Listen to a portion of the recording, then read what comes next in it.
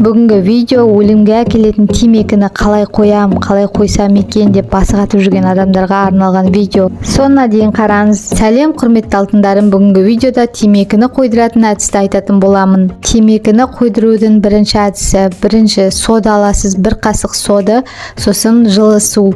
Сол суға соданы езіп аласыз. Содан кейін темекі тартпай тұрып, сол соды араласқан сумен аузыңызды шаясыз, темекі тартпай тұрып.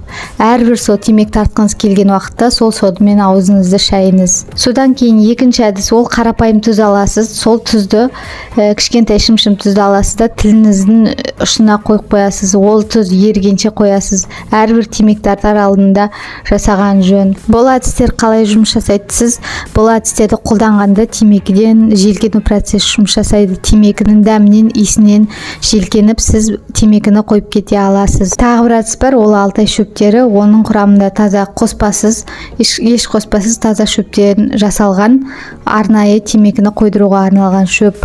Бұл туралы толық ақпарат алғыңыз келсе, описание номер жазып кетемін. Темекіні қою үшін әрине сіздің ең басты ниетіңіз керек. Ниетіңіз болса, барлығын қоя аласыз. Және де барлығы бірден болмайды. Шыдам керек және ниет керек. Видеоның соңына дейін қарағандарыңызға рахмет, достар. Бұл ақпарат пайдалы болды деген ойдамын. Егер сізге ұнаса, достарыңызға таратыңыз, лайк басып және каналыма тіркеліп алыңыз. Алда видеолар, күшті видеолар шығып тұрады. Денсаулықтарыңыз мықты болсын, әрқашанда аман болыңыздар. Келесі видеода кездескенше алтындарым.